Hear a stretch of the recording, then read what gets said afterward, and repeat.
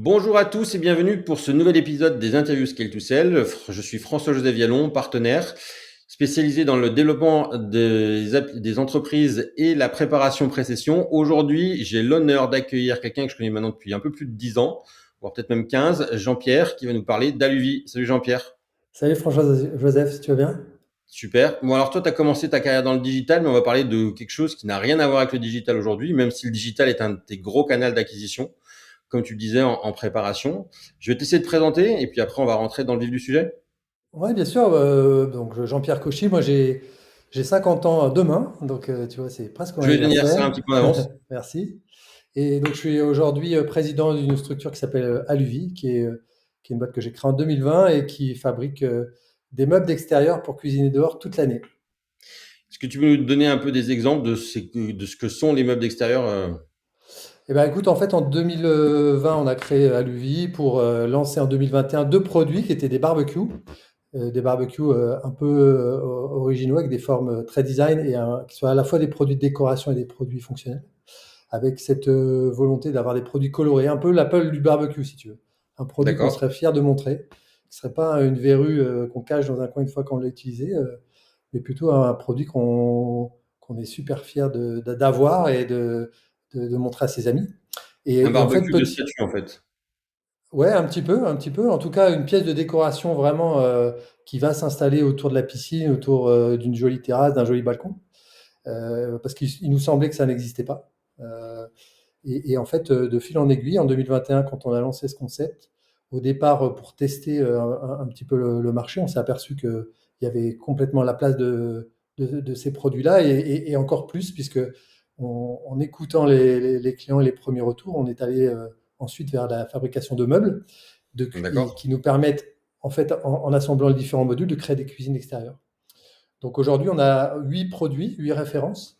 Les deux derniers, alors, la particularité de nos produits, c'est qu'ils ont tous des prénoms. On en parlera sans doute tout à l'heure, mais les deux derniers s'appellent Gabi et Gabriel, et ce sont des meubles de rangement qui sont des meubles à la fois pour stocker les jouets des enfants, les bûches du bras zéro, les serviettes du spa, enfin bref, un objet qui va rester dehors toute l'année sans s'abîmer.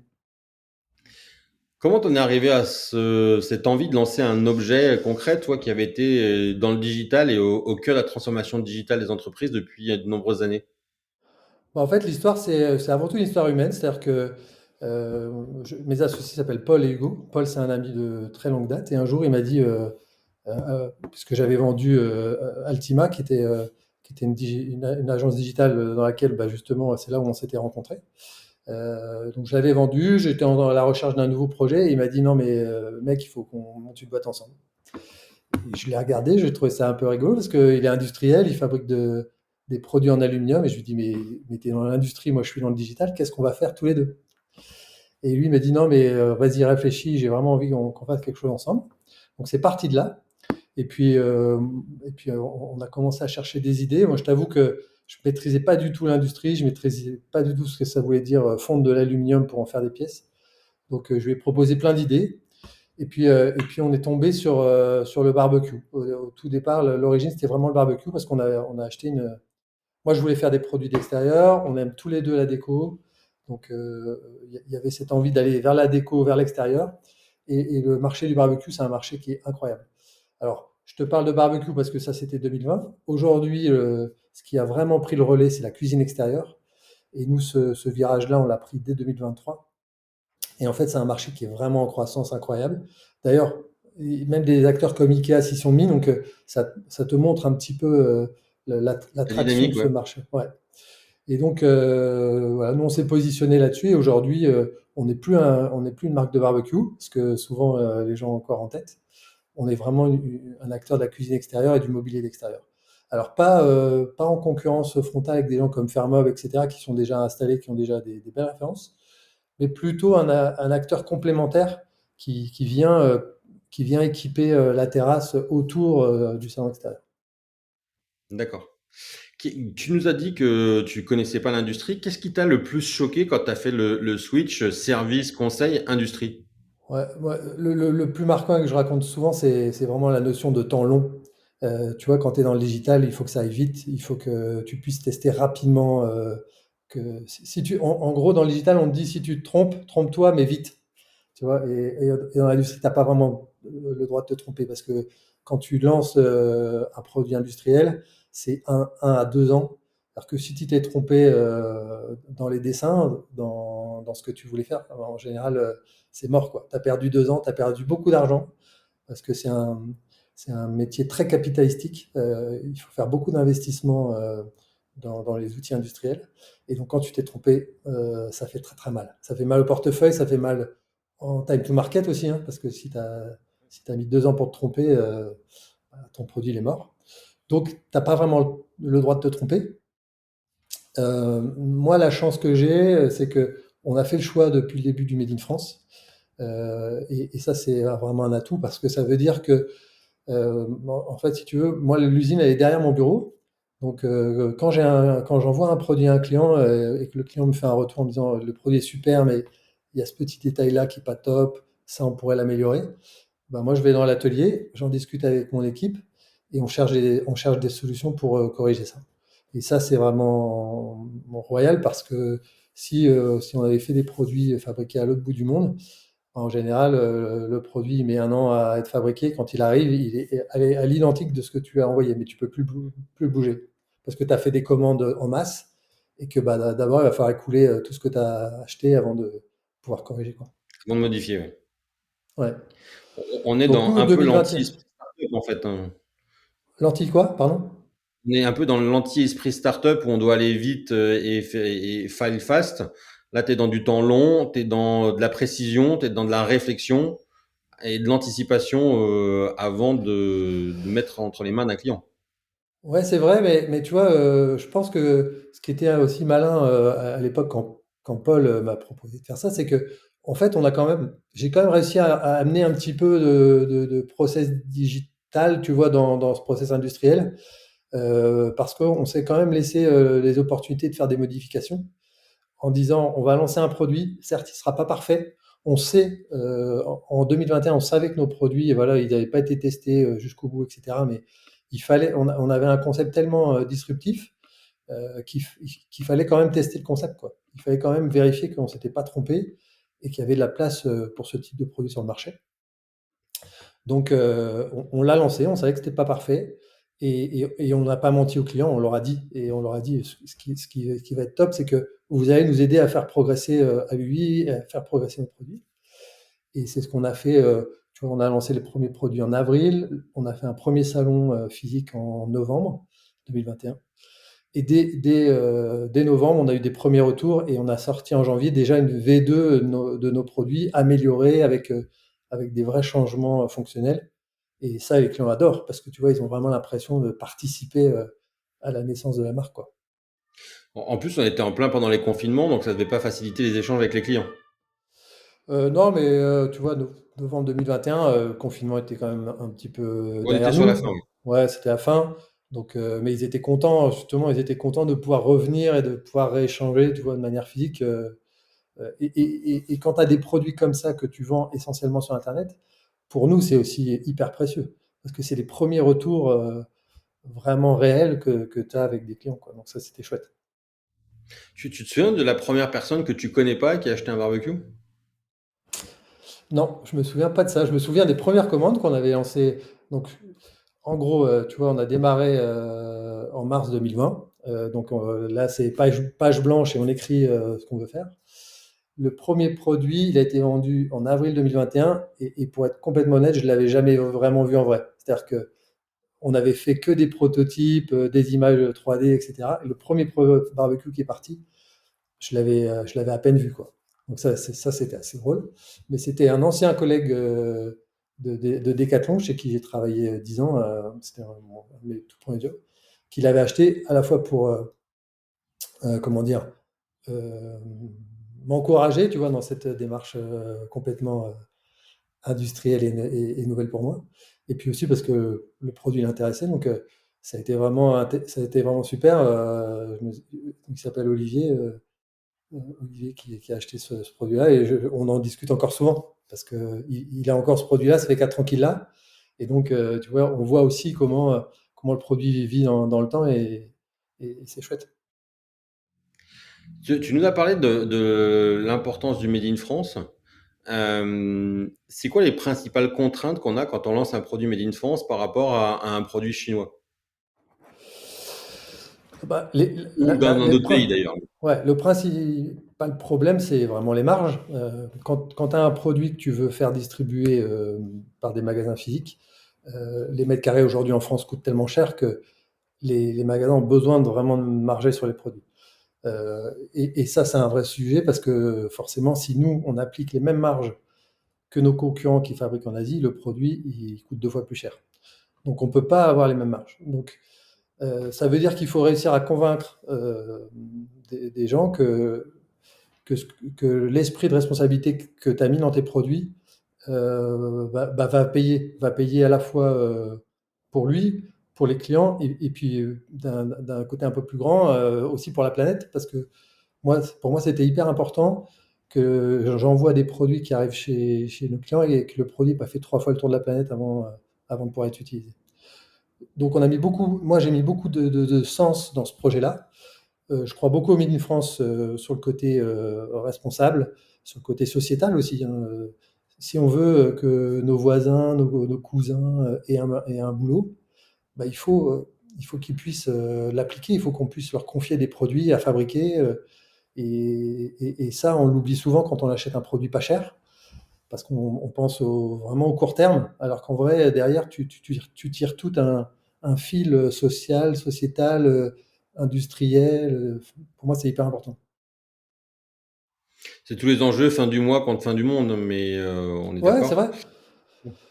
C'est complètement Et, ça. et- C'est et- complètement ça. et du coup, juste pour que les auditeurs en aient bien conscience, un produit à l'UV aujourd'hui, ça commence à quel prix et ça s'arrête à quel prix? En fait, donc, je vais être vraiment hyper transparent. Quand on a démarré, le premier produit à levier, il sortait à 1000 euros. Et en fait, il est passé aujourd'hui à 1500. Donc 2021, il était à 1000 euros, il est en 2025 à 1500. Pourquoi? Un, parce que tu vois, après le Covid, on a pris des problématiques de De coût guerre des en Ukraine? matières, Ouais. coût des matières qui a explosé. Juste derrière, on a la crise de l'énergie. Pour fondre de l'aluminium, il faut pas mal d'énergie, notamment pas mal d'électricité. Donc, et puis aussi les marges, parce que tu vois, on a fait des erreurs du débutant, c'est-à-dire qu'on a pris un produit, on a calculé son coût de revient et on lui a appliqué une marge pour pouvoir avoir une boîte qui vive, quoi, tout simplement. Et on a oublié que les distributeurs avaient besoin de beaucoup de marge pour pouvoir. Donc on a dû aussi augmenter ça.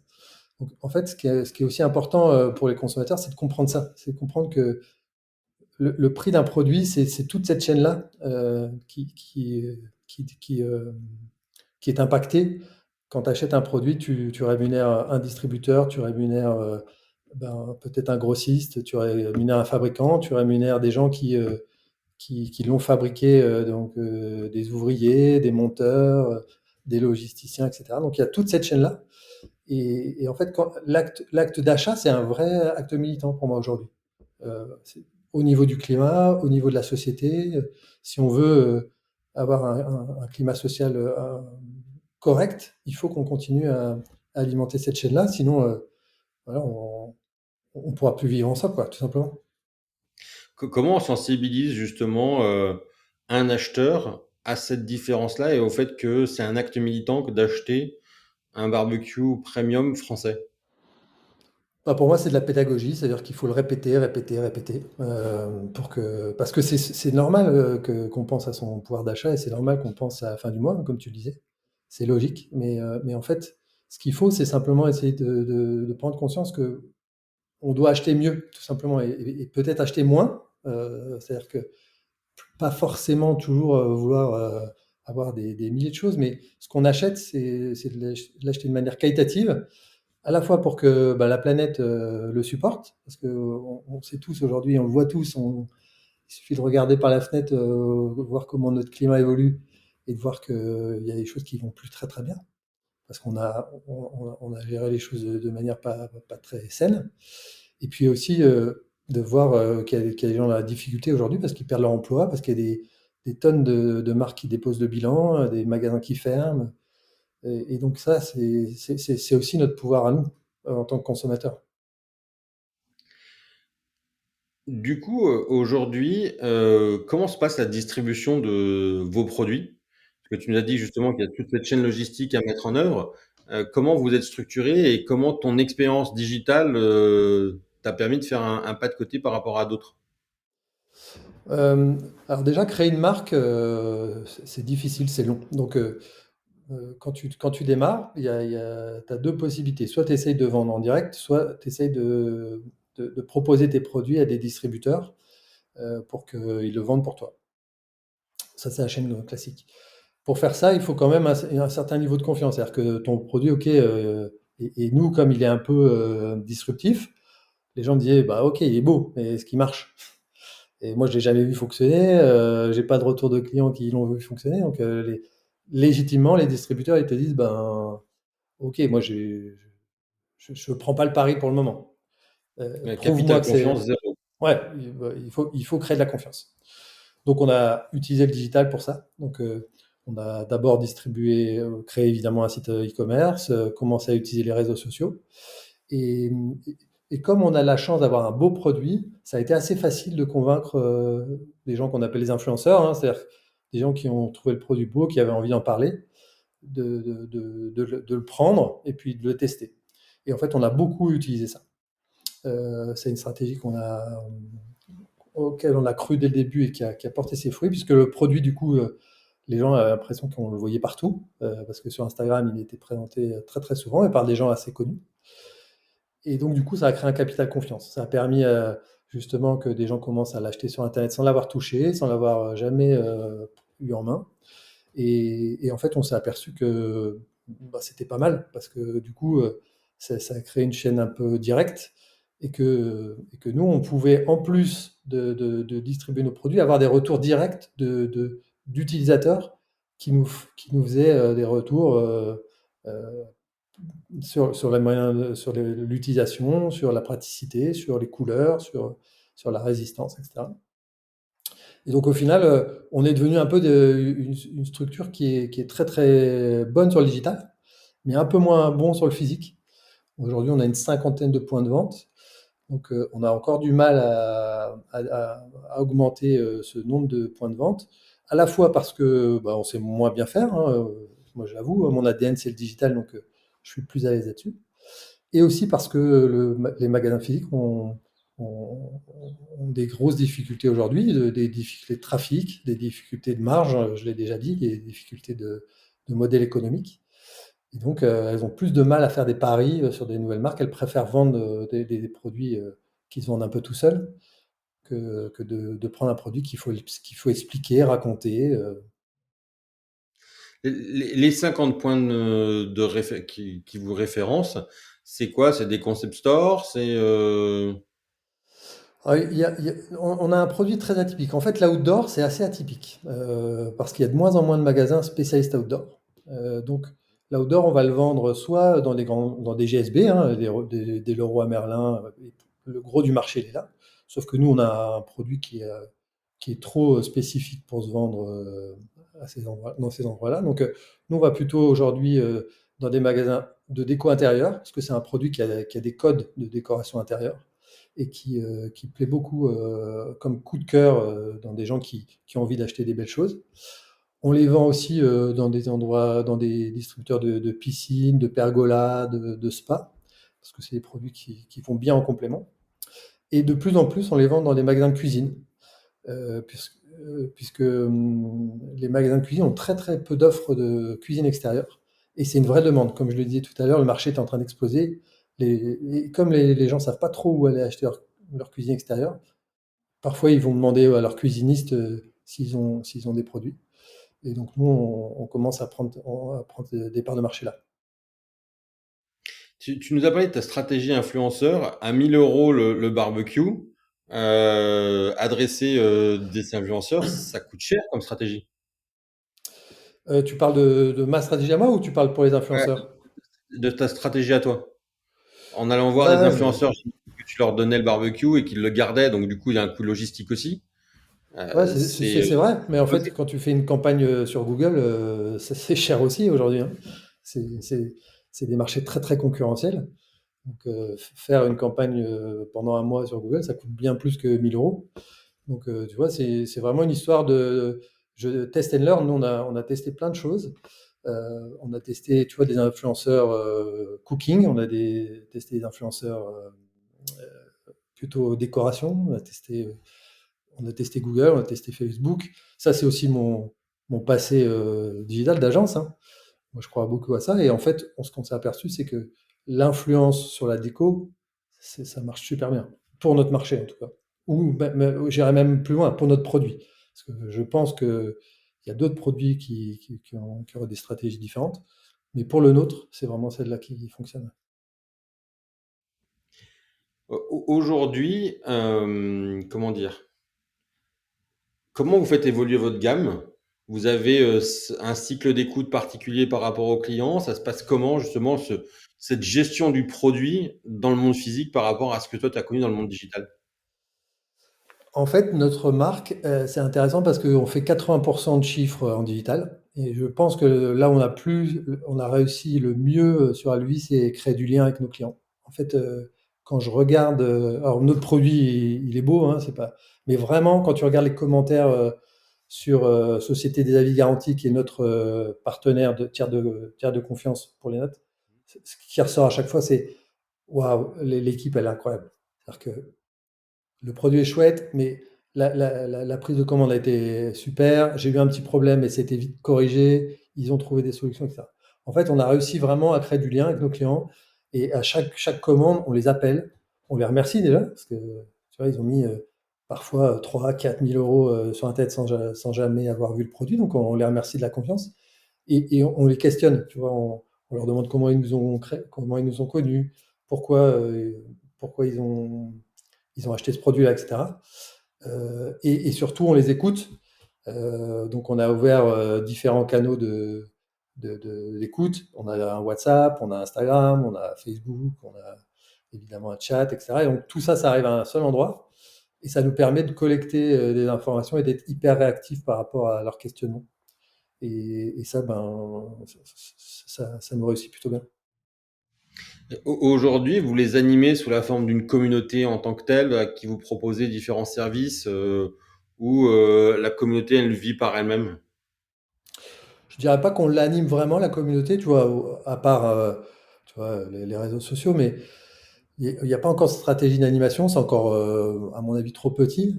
Mais c'est plus en termes d'écoute, c'est plus en termes de service personnalisé, tu vois.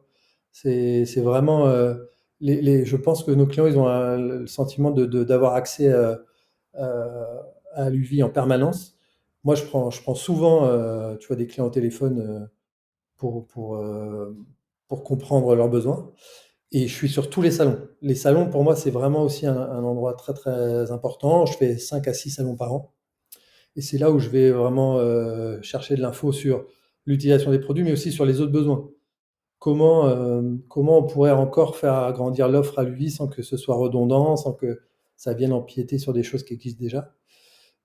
C'est comme ça que sont nés Gabi et Gabriel, hein, les deux derniers produits, parce que je me rendais compte que donc nous, on était parti de la cuisson avec des barbecues, des planchas, etc. On était arrivé à la cuisine extérieure. Mais en fait, il y a des clients qui avaient déjà des produits de cuisson, ils en étaient déjà hyper satisfaits, mais ils avaient besoin peut-être d'un produit avec le design à l'UV, mais qui serait indépendant de la cuisson, qui pourrait être un complément de leur cuisson actuelle. Et c'est comme ça qu'on a sorti ces produits-là. Et pour dire à quel point je trouve que ça marche plutôt bien, c'est que on avait à peine sorti le produit, on n'avait même pas d'image, on n'avait fait que de la 3D, on a déjà fait des ventes sur ces produits-là. Tu vois, on n'avait même pas encore raconté l'histoire, etc. Les produits, ils ont été vendus directement, donc ça montre, tu vois, qu'il faut savoir écouter les clients. Alors, parfois, il y a du bruit, hein, tu vois, il faut savoir filtrer, il faut savoir aller chercher la bonne info, mais quand tu as la bonne oreille, la bonne écoute, je trouve que tu collectes beaucoup, beaucoup d'informations pertinentes. Donc ça, c'est vrai pour ce produit-là, mais c'est vrai pour des accessoires qu'on a développés aussi, qui sont aujourd'hui les meilleures ventes. On a développé une tablette qui est en aluminium, qui peut rester dehors toute l'année. Elle se monte, elle se démonte sans outils. C'est devenu la meilleure vente en quelques mois, parce que c'était un vrai besoin. Et le client qui nous en a parlé, il avait vu juste, quoi. Aujourd'hui, pour faire tout ça, une petite chose, tu ne l'as pas dit en introduction, vous êtes combien? Donc c'est un marché très saisonnier. Donc du coup, l'équipe, elle fluctue en fonction de l'année. Et ça, c'est une force de notre modèle, puisque comme je suis associé, comme Aluvier est associé à l'industriel, c'est l'industriel qui prépare toutes les commandes. Et D'accord? donc le gros de l'équipe, on va dire, tu vois, qui varie, c'est en prod évidemment, puisque le marché, il est vraiment très fort entre mars et fin juin. Et puis tout le reste de l'année, c'est plutôt ponctuel. Donc on passe quasiment à 10 équivalents temps plein, tu vois, en grosse saison. Et le reste de l'année, on est trois. D'accord.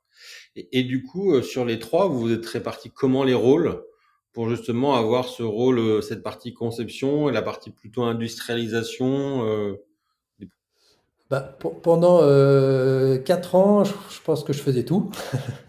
Euh, Parce que voilà, c'était important, tu vois, de bien sentir où on allait, etc. Et puis depuis cette année, j'ai pris un petit peu plus de recul. Moi, je suis moins dans l'opérationnel. D'accord?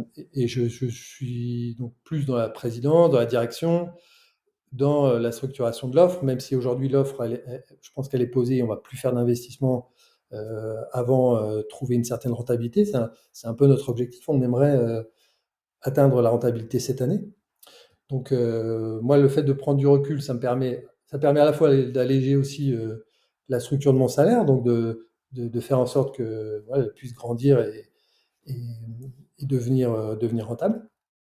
Puis ça permet aussi de laisser la place à l'équipe pour que l'opérationnel puisse se structurer tout doucement. Euh, voilà, donc on s'est réparti les rôles comme ça. Aujourd'hui, moi, je suis plus dans la relation développement des points de vente physiques et développement de l'offre. Et mon équipe, ensuite, c'est les réseaux sociaux. Ensuite, il y a toute l'équipe prod. Donc, quand je dis prod, c'est fabrication des produits, mais aussi recherche de nouveaux produits, d'amélioration des produits existants par rapport aux remontées qu'on évoquait et à l'amélioration des produits au global, quoi. Est-ce que dans votre modèle, il n'y a pas un truc auquel on n'est pas habitué quand on est dans le digital, qui est le service après-vente et la logistique du service après-vente? Bon, si tu veux, nous, comme on était une agence, on avait du service après-vente. Donc, pour moi, c'est pas complètement éloigné. C'est le même type de problème. La vraie problématique, en fait, c'est que quand tu as envoyé un barbecue à Brest et qu'il y a un problème, bah, là, il faut le gérer. Et, et dans le digital, tu peux prendre la main à distance, tu vois. Là, c'est plus compliqué. Donc, ça c'est un vrai apprentissage et ça fait partie des difficultés. D'ailleurs, quand j'en discute avec mes homologues, parce qu'on se croise souvent sur les salons et il y a une bonne ambiance entre acteurs du Made in France, c'est un vrai sujet. C'est ce qui peut te coûter très très cher. D'ailleurs, je ne sais pas si tu as suivi, mais tu vois, une des problématiques de la marque Angel qui vient de déposer le bilan, c'est qu'ils ont fait un gros problème de conception et de fabrication et qui les a coulés, quoi. Et comment d'ailleurs on peut se prémunir d'un problème comme ça? Je ne sais pas si tu peux en prémunir. Ce serait pas très humble de ma part de dire qu'on peut s'en prémunir, tu vois. Il faut essayer de tester un maximum, tu vois, et de prendre les risques que tu sens capable de gérer. Moi, je le vis un peu comme ça. Nous, on a un produit quand même sécuritaire, c'est-à-dire que tu vois, c'est un produit qui peut être dangereux si on l'a mal conçu, si on l'a pas bien vérifié avant le départ. Le produit peut vraiment être dangereux. Comme un vélo d'ailleurs, hein, c'est d'une certaine manière. Donc, il faut faire attention. Tu vois, on doit être hyper à l'écoute et bien écouter ce que les clients nous disent, parce que c'est assez facile de dire oui, mais ils l'utilisent mal. Tu vois, Ouais. c'est facile, quoi. Pourquoi ils l'utilisent mal? C'est toujours la question en fait. Voilà, c'est ça. Qu'est-ce que tu n'as pas bien fait pour qu'ils comprennent comment l'utiliser? C'est surtout cette question-là qu'il faut se poser.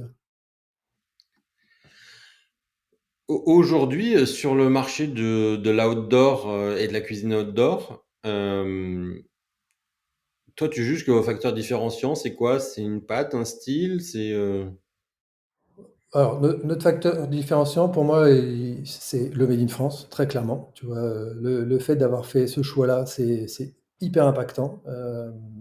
Donc, ça structure forcément la manière dont tu vas distribuer tes produits, donc les marges, etc. Nous, c'est aussi le côté responsable. Je ne l'ai pas évoqué, mais tous les produits sont fabriqués à la demande. Ça veut dire qu'on essaye d'éviter les déchets. Donc, il n'y a pas de stock. On n'a que des stocks de pièces qu'on va ensuite assembler, hein. Notre produit, c'est un Lego, on l'assemble en fonction de ce qui est commandé pour éviter les déchets. Les produits sont livrés complètement assemblés. Donc le client, quand son produit arrive, il a rien à faire. On a vraiment mis des packaging recyclables. Il n'y a que du carton, il n'y a pas de polystyrène, etc. Donc cet impact, pour moi, il était important. On a pris l'engagement de recycler nos produits en fin de vie. C'est-à-dire que quand un client nous appellera en disant bah voilà, mon produit il est en fin de vie, j'en veux plus, ou vraiment il est mort, bah, nous on le récupérera et on le recyclera. Alors ça, je te le dis comme ça paraît bateau, mais en fait, comme les produits sont en aluminium et que l'aluminium c'est un matériau magique, c'est-à-dire que c'est vraiment un matériau que tu peux recycler sans sans détériorer sa qualité. Donc, tu mets juste ton bout d'aluminium dans un four, ça redevient liquide, et ce liquide, tu le réutilises. Tu vois, le plastique, par exemple, ça marche moins bien parce que tu fais ça trois quatre fois et le produit, enfin, le plastique il est quasiment plus utilisable. L'aluminium, c'est infini. Tu peux faire ça à volonté. Ce qui fait que nous, notre barbecue, demain, il peut devenir une pièce pour un lampadaire, pour un moteur, parce que finalement, l'aluminium qu'on a récupéré, il a été utilisé pour d'autres pièces. Donc ça, c'est hyper important. Donc Made in France, tu vois, responsabilité et puis ensuite personnalisation, parce que on a mis, c'est un produit qui est coloré, donc tu peux choisir sa couleur et tu peux vraiment en faire un objet unique. Donc ça, c'est assez nouveau. Et quand, tu vois, les confrères, je me souviens des premiers salons que j'ai fait, j'ai discuté avec certains confrères, et ils m'ont dit, ouais, tu sais, la couleur dans ce marché-là, pas sûr que ça marche. Bon, voilà, tu vois, on y a cru Tu leur as donné tort. ouais, exactement. D'ailleurs, il faut combien de temps aujourd'hui entre le temps de commande sur le site internet et le temps de livraison? Euh, on s'engage entre 5 et 10 jours tu vois, une livraison standard. Après, on est capable de faire en 72 heures. Tu vois, ça veut dire que un client, jusqu'à jeudi midi, peut te commander un barbecue, il l'a chez lui le samedi, quoi. Donc ça, c'est imbattable. Aujourd'hui, c'est vraiment imbattable. C'est la force du Made in France, la force du digital et la force de la distribution internalisée. Complètement, exactement. C'est canon ça. Ouais, c'est canon et c'est là où on s'aperçoit que, tu vois, réindustrialiser la France, c'est important parce qu'on a besoin d'avoir des solutions de ce type-là aujourd'hui, surtout sur des marchés comme le nôtre où les gens sont hyper exigeants, hyper impatients et on a besoin, tu vois, d'être capable d'offrir ce type de service-là. Sans faire venir des avions, tu vois, de je sais pas où, quoi. Hmm. T'es un peu le Hermès du barbecue en vrai. Hermès, carrément. Pas, en vrai, c'est marrant parce que souvent, les gens ont l'impression que nos produits, c'est hyper haut de gamme. Enfin, c'est hyper luxe, quoi. En vrai, le marché, il est ultra segmenté. Et nous, en termes de prix, on est plutôt dans le moyen de gamme.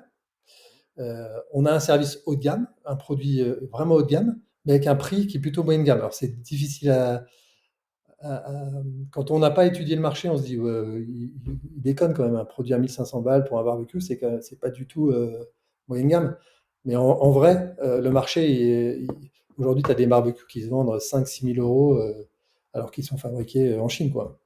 Donc, franchement, on est hyper bien placé. Et depuis on est sur le marché de la cuisine, encore plus, parce que tu vois, une cuisine trio, c'est-à-dire avec trois éléments, un évier, du rangement, un produit de cuisson au milieu. Nous, on va le vendre 6 700 euros TTC. Nos concurrents, ils sont facilement à plus de 10 000. Tu vends 6 500 € par internet à quelqu'un qui a jamais vu le produit. C'est un sacré challenge, non? C'est pas mal, hein? Ouais, mais Ça fait je des pense mois panier. que Je pense qu'on a réussi, tu vois, à créer justement du lien, comme je le disais, à créer de la confiance au travers des avis, mais aussi au travers de la stratégie d'influence qu'on a eue, parce qu'on a bien choisi nos influenceurs. C'est pas un beau mot, influenceur, tu vois, souvent c'est un peu Prescripteur. négatif. Ouais, ouais, t'as raison, prescripteur, c'est plus joli, parce qu'en vrai, les gens qu'on a choisis, ils croyaient vraiment Made in France, ils croient vraiment au côté responsable des produits, et ils les ont présentés comme ça. Et c'est pas des gens qu'on a rémunérés, tu vois, on leur a envoyé le produit, on leur a demandé de le tester, et on leur a demandé de donner leurs vrais avis. On leur a pas fait de brief, tu vois. Donc, quand les gens parlent de notre produit, en général, c'est que ils croient vraiment au produit. Pour toi, quelle serait la meilleure mesure qu'un gouvernement ou un organe politique pourrait prendre pour favoriser le Made in France industriel? Bah, moi, je crois beaucoup à la commande publique déjà. Tu vois, je trouve pas normal que la majorité des commandes qui sont passées par les services publics, tu vois, et pas une part significative de Made in France. Je trouve ça même fou. Je comprends les contraintes, hein, Il y a une très mais bonne vidéo de Jérôme Leca de Scality qui tourne en ce moment sur LinkedIn. Je la mettrai en commentaire sur ouais, bah, justement avec un l'importance de grand la plaisir. commande. Donc la commande publique, ça me paraît un minimum, tu vois, qu'il y ait au moins 50% qui soient des produits Made in France. Après, on milite aussi beaucoup. Moi, je suis administrateur de la certification Origine France Garantie, je t'en parlais juste après, mais euh, il faut aussi que la TVA soit adaptée, c'est-à-dire qu'on devrait avoir, tu vois, sur les produits certifiés Origine France Garantie, euh, une TVA adaptée, parce que ça nous mettrait au même niveau d'aide que les produits qui viennent d'Asie. Alors, Origine France Garantie, juste petite parenthèse. En fait, aujourd'hui, la difficulté, c'est que pour un consommateur, c'est de comprendre les labels, les drapeaux français qu'on voit sur les produits, mais est-ce qu'ils sont vraiment fabriqués en France, etc. Moi, j'ai fait ce choix-là dès 2021 de faire certifier mes produits par Origine France Garantie parce que justement, quand j'arrivais sur des salons, les gens me disaient, OK, vous avez écrit Made in France, mais en vrai, ils sont fabriqués où vos produits? Tu vois, tu sentais cette défiance qui était palpable et qui est compréhensible. Et donc, la certification Origine France Garantie, c'est la seule certification qui, en un coup d'œil, te garantit que le produit a été fabriqué en France, parce que c'est des organismes. Déjà, la marque paye pour être certifiée. C'est un audit qui est fait donc par un bureau. Moi, c'est Bureau Veritas qui vient tous les ans vérifier ma production et voir si j'ai pas changé entre l'année N+1 et l'année N, et si je continue toujours à faire du Made in France. Et dedans, donc, il y a trois choses. Il faut que la plus grosse particularité de ton produit ait été faite en France. Il faut qu'au moins 50% de ton prix d'achat ait été fait en France, parce que évidemment, comme la France a perdu aussi une certaine compétence industrielle, il y a certaines choses que tu ne peux plus acheter en France. Si tu es dans l'électronique, par exemple, tu sais que tes composants, tu les achèteras pas ni en France ni en Europe, tu vas devoir les acheter en Asie, tu n'as pas le choix. Donc 50%, c'est un minimum, mais c'est déjà super. Euh, et voilà, donc moi j'ai fait ce choix-là, et comme j'ai vraiment apprécié cette démarche depuis 2024, j'ai postulé en tant qu'administrateur de l'association. Et donc j'ai été élu 1er janvier 2024 dans le bureau pour défendre avec d'autres industriels cette certification qui est encore mal connue, mais qui vraiment te permet en tant que consommateur en un coup d'œil d'être sûr, tu n'as même plus besoin de te poser la question. Si tu vois la certification, tu sais que c'est fait en France, quoi. Moi, je me souviens de ma famille était dans la passementerie dans les années 80 et je me souviens d'une remarque que m'avait fait mon grand-père où il racontait qu'il suffisait de coller l'étiquette sur le produit pour dire qu'en France, pour dire qu'il était made in France, surtout en disant que c'était la marque qui apportait le plus gros de la valeur au produit et pas uniquement la fabrication du produit. C'est vrai. Donc, en fait, Made in France, c'est une notion douanière. C'est-à-dire que c'est du déclaratif. C'est-à-dire que tu peux dire que ton produit est Made in France parce que t'as acheté ton textile au Bangladesh, mais t'es venu juste broder le nom de ta marque dans un atelier en France. Tu peux dire que c'est Made in France. Ça, c'est la notion douanière. Et c'est pour ça que Nicolas Sarkozy, à une époque, a missionné Yves Gégaud pour créer une certification qui soit beaucoup plus exigeante que ça, qui impose justement et qui donne une certaine traçabilité euh, aux produits et aux marques pour valoriser les gens qui vraiment employaient, enfin, fabriquaient en France et donc créer des emplois en France pour pouvoir, comme je le disais tout à l'heure, bah, faire en sorte qu'il y ait des gens qui aient un boulot, quoi, tout simplement. Pour revenir Et, Ouais, vas-y. non, donc c'est Yves Gégaud qui a créé ça. Je crois que c'était en 96, mais j'ai des doutes là-dessus. Et aujourd'hui, c'est Gilles Attaf qui est président. Et Yves Gégaud est toujours président à titre honorifique, vice-président, pour défendre ça. Donc, il y a Arnaud Montebourg aussi, qui est administrateur d'Origine France Garantie. Donc, tu vois, il y a vraiment des gens qui sont de tout bord politique. Le sujet, c'est pas la politique, hein, le sujet, c'est vraiment un sujet de société. Et c'est pour défendre une société auquel nous, on croit, quoi. Pour revenir sur le parcours d'Aluvi, parce qu'on se rapproche progressivement de la fin de cette interview, quel conseil tu aurais aimé qu'on te donne au début et que tu as découvert avec un peu de difficulté? Bon, c'est des conseils qu'on m'a donnés que j'ai pas écoutés, hein. Tu vois, je suis un être imparfait comme beaucoup. C'est que voilà, une marque, c'est long à créer. En fait, créer de la visibilité, ça prend du temps. Et tu penses toujours que ton produit est tellement génial que ça ira plus vite que la Que musique, les quoi. autres? Ouais. Et ouais, j'ai pas écouté ce conseil-là, mais tant mieux, en fait. Parce que, en fait, si tu écoutes, tu vois, c'est un peu en étant un peu téméraire et en se disant que tu vas réussir que finalement tu crées, tu vois. Ça passe, ouais. Tu vois, c'est vraiment la citation de Mark Twain, tu vois. Ils savaient pas que c'était impossible, donc ils l'ont fait, quoi. Si on m'avait dit que c'était impossible et que je l'avais cru, bah, je l'aurais pas fait. Tu vois, donc finalement, parfois, quand tu es entrepreneur, il faut être un peu téméraire et puis il faut croire en ses idées et puis les rendre bonnes, tout simplement. De quoi tu es le plus fier par rapport à l'histoire d'Aluvi? De quoi je suis le plus fier? Moi, c'est vraiment le côté responsable, tu vois. Aujourd'hui, à lui, ça fait un chiffre d'affaires, tu vois, qui va tourner autour d'un million d'euros. Donc, on n'est pas, tu vois, on n'est pas un acteur en termes de valorisation qui pèse sur le marché.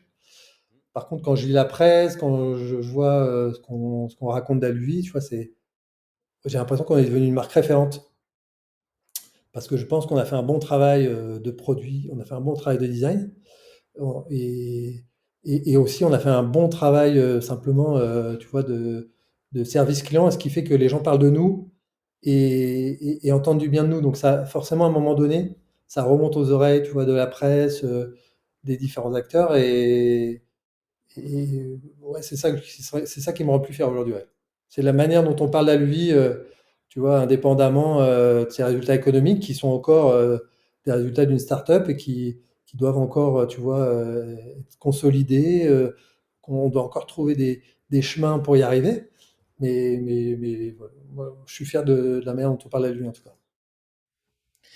Quel conseil, du coup, tu donnerais à un jeune entrepreneur qui veut se lancer dans l'industriel Made in France? Bah, c'est de bien étudier sa structure de coût, de ne pas oublier d'avoir une structure de coût qui rémunère toute la chaîne, euh, parce que c'est la plus grosse erreur, et à chaque fois que je discute avec des industriels, tout le monde l'a faite, cette erreur-là. Euh, mais les chiffres sont pas faciles à trouver, donc tu vois, c'est pas des chiffres qu'on te donne facilement euh, quand tu démarres. Donc il faut beaucoup s'entourer. Moi, je connaissais rien à l'industrie. Donc, mon premier réflexe, c'est le même que dans le digital, c'était de m'entourer et d'essayer de rencontrer des industriels qui me racontent un peu leur parcours, avec qui je peux discuter des erreurs, etc., pour essayer tu vois, d'en faire le moins possible, en tout cas d'en reproduire le moins possible. Et moi, le vrai conseil, c'est ça, c'est s'entourer, quoi. Toi, du coup, les meilleures personnes qui t'entourent, c'est tes associés. Tu as d'autres personnes qui t'accompagnent dans tes réflexions? Oui, il y a mes associés évidemment, hein, qui ont une vraie compétence industrielle et qui portent une grande part dans la réussite de nos produits parce que on n'aurait jamais pu produire 8 produits à partir de 2, tu vois, sans une grande intelligence industrielle sur, sur la réutilisabilité de tous nos composants. Et puis c'est l'écosystème Made in France qui est, c'est un peu comme, tu vois, quand moi je fais beaucoup le salon du Made in France qui se passe en novembre, porte de Versailles à Paris. Et c'est un peu une grande cousinade.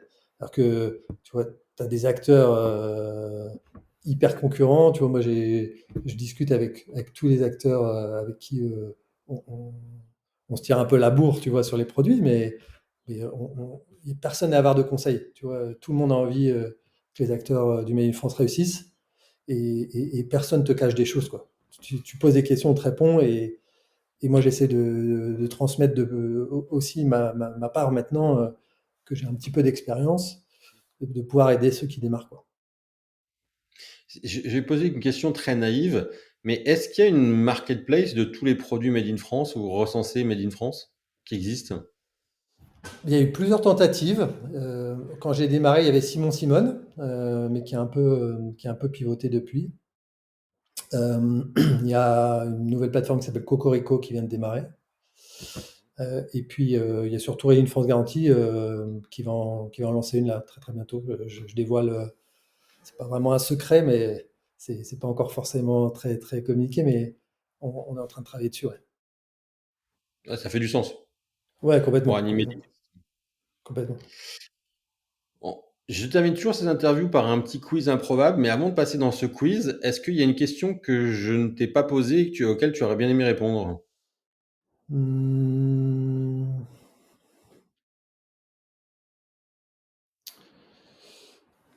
Bah, en fait, souvent les gens me disent non mais tu vois c'est rigolo, c'est où on produit, tu vois. C'est une des premières questions en général. On dit ouais tu fais Medifrance mais tu produis où, tu vois. Et donc nous c'est important. On est au plein milieu de l'Isère, donc on est à la fois dans la région Rhône-Alpes, on est près de Lyon mais on n'est pas lyonnais, donc ouais, ouais, j'ai bien envie de te parler de ça.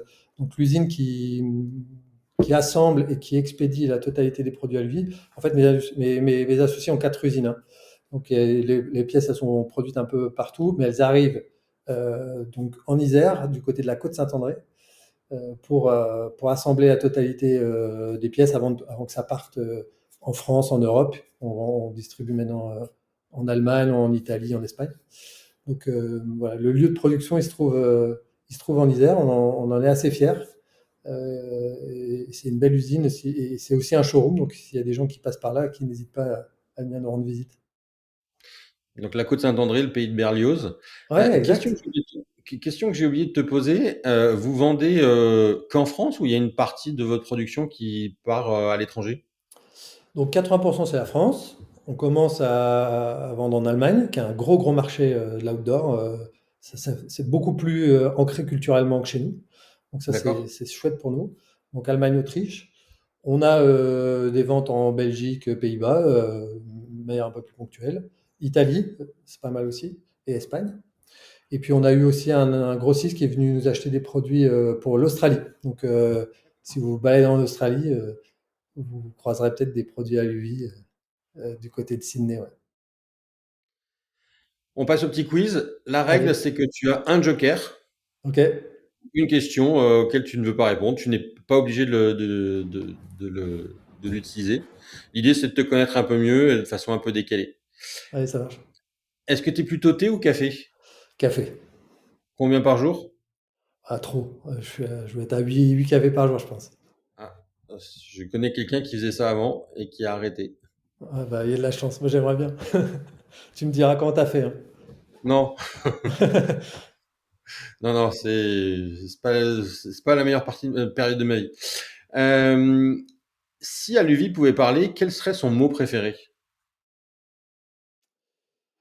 Design, je crois. C'est important, c'est C'est ce qu'il vrai, ouais, c'est vraiment ce qu'on a apporté dans ce marché-là. Tu vois, pour moi, ça n'existait pas vraiment. on l'a apporté, on commence à voir qu'il y a des gens qui commencent à nous copier. C'est plutôt, et j'en suis plutôt heureux, tu vois. Parce que, en fait, quand tu crées, quand tu es aussi disruptif, bah, il faut aussi que tu prouves pourquoi c'est important de l'être. Si tu pouvais travailler avec un super-héros comme coprésident avec toi, qui choisirais-tu et pourquoi? Un super-héros. J'ai jamais été très super-héros, moi. Ouais, ou alors un héros de film. Ouais, je sais pas qui. Ouais, disons Iron Man, tu vois, ça peut. C'est assez sympa. Alors, c'est à la fois un entrepreneur, tu vois, et quelqu'un qui a envie de changer les choses. Donc, moi, je me sens un peu, dans cette mission-là, tu vois, en tant qu'entrepreneur. Tu vois, en tout cas, c'est ce qui m'anime moi, c'est d'essayer de faire changer les choses socialement. Quelle chanson pourrait être l'hymne d'Aluvie? Qu'est-ce que ça peut être?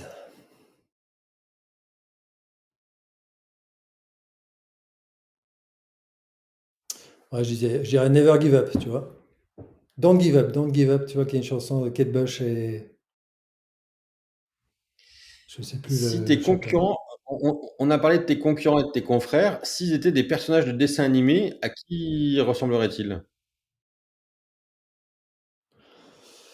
Ouais, ça pourrait être Astérix Obélix, tu vois, le petit village gaulois qui lâche pas les armes. Tu vois.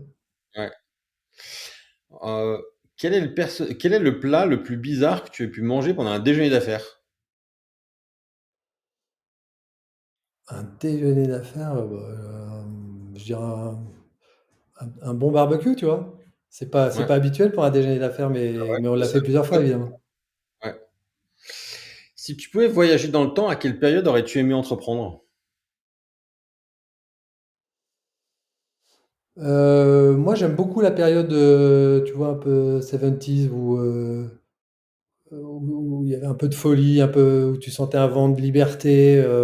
Moi, j'aime beaucoup cette période-là. Elle est assez atypique et elle fait un peu rêver. Tu vois, j'en suis un peu nostalgique, quoi. Hmm. Quelle est la chose la plus étrange que tu as dans ton bureau? Je sais pas si c'est très étrange, mais c'est un petit panneau où c'est écrit Hakuna Matata. Je l'ai acheté en Tanzanie. Ce qui m'a frappé dans ce pays, tu vois, évidemment, tu vois, on parle des safaris, etc. Mais moi, ce qui m'a frappé vraiment, c'est le dénuement des gens et pourtant la simplicité avec laquelle, tu vois, ils croient en la vie, quoi. Est-ce que, on va terminer cette interview-là. Est-ce qu'il y a une personne que tu me recommanderais de contacter pour passer à ta place une prochaine fois? Ben, écoute, moi, je te recommanderais de rencontrer Gilles Attaf. Gilles Attaf, c'est le président d'Origine France Garantie. C'est quelqu'un qui se bat corps et âme, tu vois, pour son association. Et c'est un personnage vraiment très, très, à la fois sympathique et vraiment intéressant à entendre. Eh ben, écoute, je compte sur toi pour faire une mise en relation, du coup. Avec grand plaisir. Si des auditeurs veulent te contacter, quel est le meilleur canal pour venir vers toi? Et surtout, s'ils veulent acheter un produit à Luvi, tu peux leur rappeler l'adresse du site? Oui, donc le site c'est aluvi-design.com.